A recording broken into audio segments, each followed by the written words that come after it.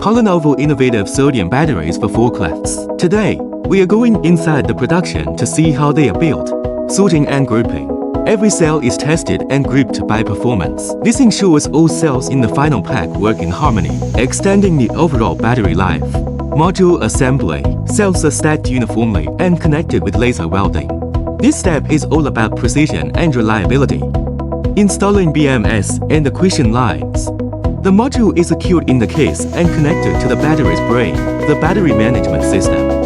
It monitors real-time status through multiple acquisition lines, protecting your fleet and optimizing operations.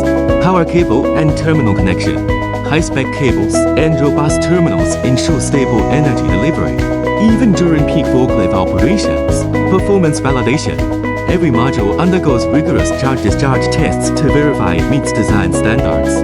Only compliant modules can move forward. Packaging and logistics.